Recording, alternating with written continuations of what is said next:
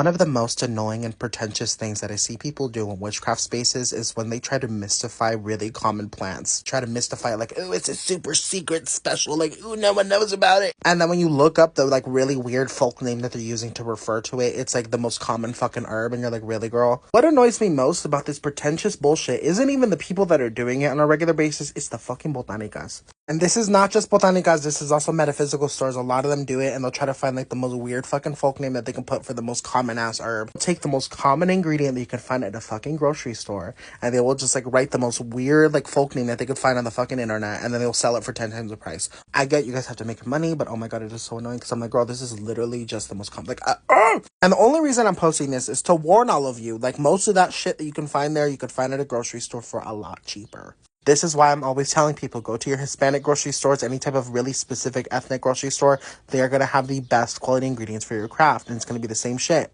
This is also why I advise people get more familiar with your plants, do a little bit of herbalism kind of work, do that kind of research so you're more familiar with what kind of names are associated with most common ones. Let me give you an example just so you know what I'm talking about, okay?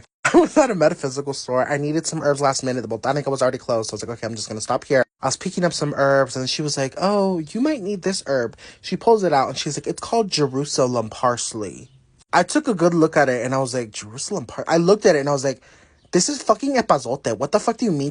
Mind you, I think what annoys me about that is that epazote has nothing to do with fucking Jerusalem. Bitch, epazote is native to Mexico and South America. All those, that just irritated me to hear that. I was like, it's not fucking called Jerusalem. And like, I get there's probably like a folk name for that shit out there that people call it that, but it's not fucking Jerusalem. So I don't know. And of course, this individual is trying to sell it for me for way more than it is worth. Mind you, epazote is sold at most Hispanic grocery stores for literally like $1 or $2. This person was trying to sell it to me for fucking 11. Yeah, you can kiss my ass.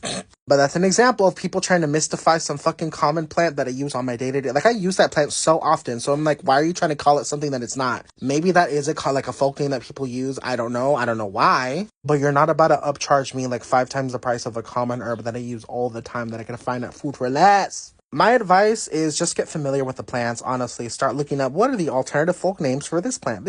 So, yeah.